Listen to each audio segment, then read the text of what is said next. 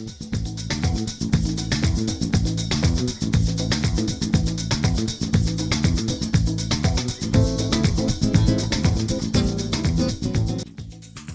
students, welcome to our channel. Hope you have enjoyed the previous video lessons and learned them easily and comfortably. Today we are going to discuss a topic that is reported speech. Reported speech is also called direct or indirect speech. We often need to tell others what someone has said. There are two ways to do this. First way is to say the same words and use quotation marks for inverted commas or inverted commas. In other words, we may report the words of a speaker by quoting his actual words. This is called direct speech. Parv said, I am busy now.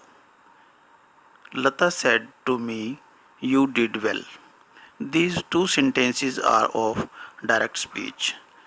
Dear students, आज हम लोग reported speech करेंगे. इसको हम दूसरी भाषा में दूसरे शब्दों में डायरेक्ट और इनडायरेक्ट स्पीच या नरेशन भी कहते हैं. प्रायः हम देखते हैं कि किसी व्यक्ति द्वारा कहे हुए संवाद को हम दो तरह से व्यक्त कर सकते हैं. पहला है कि हम उसके शब्दों को एज इट इज़ ज्यों का त्यों प्रस्तुत कर दें. उसको हम डायरेक्ट स्पीच कहते हैं. और डायरेक्ट स्पीच में हमेशा कहे गए शब्दों को इन्वर्टेड कॉमास में रखा जाता है. Second is indirect speech. Indirect speech में the other way is to summarise, tell और narrate about what someone has said. We may report the said words without quoting the exact words. This is called indirect or reported speech. किसी के द्वारा कहे गए शब्दों को summarise करना, बताना या नरेट करना, जो कुछ भी उसने कहा है उसे हम इनडायरेक्ट स्पीच कहते हैं. उस व्यक्ति द्वारा या वक्ता द्वारा कहे गए शब्दों को अपने शब्दों में बताना, नरेट करना, without coating the exact words, उसके एग्जैक्ट वर्ड्स को कोट किए बिना ही उसको समराइज करना, उसको हम इनडायरेक्ट स्पीच कहते हैं. Let us change the below sentences of direct speech into indirect speech. Parv said I am busy now. अगर हम इसको इनडायरेक्ट स्पीच में चेंज करना चाहते हैं तो हम इस तरह से करेंगे. पर्व said that he was busy then. Lata said to me, you did well. This sentence can be changed as Lata told me that I had done well. इन दो सेंटेंसेस को आप ध्यान से देखेंगे तो आप पाएंगे कि हमने यहाँ पे प्रोनाउंस को चेंज किया है, टेंस को चेंज किया है, एडवर्ब्स को चेंज किया है. इस प्रकार से एज पर द सिचुएशन हम लोग टेंस को चेंज करेंगे, प्रोनाउन को चेंज करेंगे, एडवर्ब्स को चेंज करेंगे. इन्वर्टेड कॉमास को हटाकर हम दैट का प्रयोग करके इनडायरेक्ट स्पीच बनाएंगे. सेंटेंस नंबर 1 में देखिए, आई am busy now. I am busy now, this is direct speech. इसको चेंज करते टाइम हमने क्या क्या किया है? इन्वर्टेड कॉमास को हटा के इनडायरेक्ट स्पीच में दैट का प्रयोग किया है. पर्व के स्थान पर हमने ही का प्रयोग किया है. एम की जगह हमने वॉज का प्रयोग किया है. नाउ के स्थान पर हमने देन का प्रयोग किया है. अब ये देखिए, आई के स्थान पर हमने ही का प्रयोग क्यों किया है? डायरेक्ट स्पीच को समझने के लिए हम ये देखते हैं. पर्व सेड, पर्व ने कहा, आई am busy now. Who is busy? किसने कहा? कौन बिजी है? पर्व ने कहा, मैं बिजी हूँ, यानी कि पर्व बिजी है. तो हम लोग यहाँ पे ये भी बोल सकते हैं, पर्व सेड दैट पर्व वॉज बिजी देन. अब पर्व नाम बार बार यूज़ करने के बजाय हम लोग भाषा, लैंग्वेज की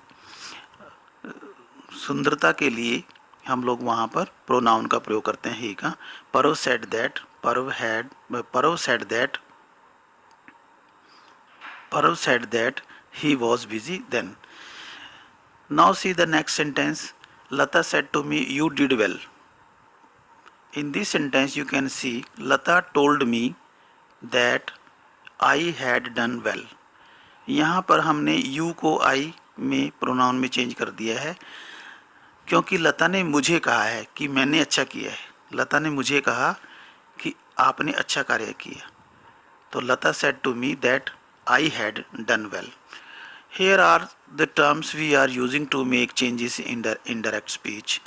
We have used the conjunction that before indirect statement. Number 2, the pronouns I is changed into he and the pronoun you is changed into I. I को हमने he में बदला है pronoun में, और you को हमने I में चेंज किया है as per the situation. Third is the verb am is changed to was. Present tense को हमने पास्ट टेंस में बदला है, और the verb did is changed into had done, और पास्ट सिंपल पास्ट को हमने पास्ट परफेक्ट में चेंज किया है. Fourth point, the adverb now is changed into then. Now को एडवर्ब को हमने देन में चेंज किया है. Rules for changing direct speech into indirect speech. When the reporting or principal verb is in the past tense, all present tense will change into the past tense. जब reporting और verb या principal verb जो है वो आपकी past में होगी, तो present tense को हम past tense में change करेंगे. For example, a simple present becomes a simple past. Example देखिए, direct speech में he said I am busy now. इसका हम इनडायरेक्ट चेंज करेंगे तो ये बनेगा he said that he was busy then. Second rule देखिए, a present continuous changes into past continuous. एक प्रेजेंट कंटिन्यूस टेंस का को हम पास्ट कंटिन्यूस में चेंज करेंगे. he said my son is writing letters. it will change into he said that his son was writing letters. Third is a present perfect becomes a past perfect. For example, he said I have done my homework. It will be changed as he said that he had done his homework. Next rule is the tenses may not change if the statement is still relevant or universal truth. किसी universal truth के लिए या किसी ऐसी statement के लिए जो कि हैबिचुअल हो या रिपीटेड एक्शन हो, तो उसके लिए हम लोग टेंस चेंज नहीं करते. The teacher said the earth revolves around the sun. This is a universal truth. ये यूनिवर्सल ट्रूथ है, सामान्य सत्य है, तो हम इसका टेंस नहीं बदलते, बिकॉज ये जो एक यूनिवर्सल ट्रूथ है और ये चलता ही रहता है. The teacher said that the earth revolves around the sun. The reporting verb is in the present tense. The tenses of the direct speech do not change. With current, repeated or recent events, the reporting verb is in the present tense. He says he is hungry, so let's go to lunch. A habitual or repeated statement is in the present tense. Everyone says the water is safe to drink. Next is the pronoun of the direct speech are changed where necessary, so that their relations with the reporter and his hearer rather than with the original speaker are indicated. Observe the following examples. आप यहाँ देख सकते हैं pronoun जो है हम लोग change करते हैं जहाँ जहाँ ज़रूरी होता है. सिचुएशन अराइज होती है, वहाँ पे हमें प्रोनाउन सिचुएशन के अनुसार बदलने होते हैं. For example, he said to me I don't believe you. He said to me, उसने मुझे कहा मैं तुम पर विश्वास नहीं करता. उसको इनडायरेक्ट रूप में हम चेंज करेंगे, he told me that he didn't believe me. कौन किस पर विश्वास नहीं करता? वो उसने कहा मुझे कि मैं तुम पर विश्वास नहीं करता, तो वो मुझ पर विश्वास नहीं करता. तो ये देखिए आप यहाँ पे प्रोनाउंस कैसे चेंज हो रहे हैं. दूसरा एग्जाम्पल देखते हैं. She said to him I don't like him. She said to him I don't like you. She told him that she didn't like him. यहाँ भी आप प्रोनाउंस को चेंज होते हुए देख सकते हैं. Next example is I said to Lata I like you. Indirect speech is I told Lata that I liked her. So pronouns are changed as according to the situation. Next is choose whether include that or if. आपको ये choose करना है कि आपको that का प्रयोग करना है conjunctions का या if का प्रयोग करना है. तो आप देखिए you can say he says he is at home or he says that he is at home. That is a conjunction. That एक conjunction है, एक linker है जो दो पार्ट्स को, किसी सेंटेंस के दो पार्ट्स को जोड़ता है. That is a conjunction here. Linking the two parts of a sentence, it is optional. It is optional means ये कभी कभी बोला जाता है, कभी नहीं बोला जाता है. ना बोलने से भी काम चल सकता है, बट इसको लिखा जाता है.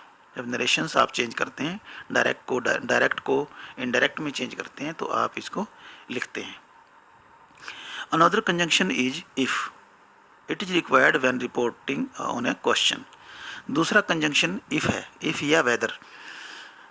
इफ का प्रयोग हम तब करते हैं जब किसी इंटेरोगेटिव सेंटेंस को हम इनडायरेक्ट स्पीच में चेंज करते हैं. He asked me if I knew how to play tennis. Next is when reporting questions you can use verbs like asked or requested. Mary said to me, do you eat a pizza?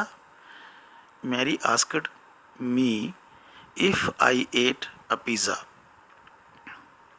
Second sentence is the boy said, can you help me? The boy requested if I could help him.